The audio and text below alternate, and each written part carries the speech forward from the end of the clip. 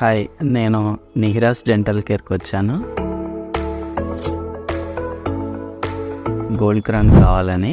ఇక్కడ doctor charisma, doctor Ravichandra నాకు treatment గురించి అంతా చెప్పడం జరిగింది.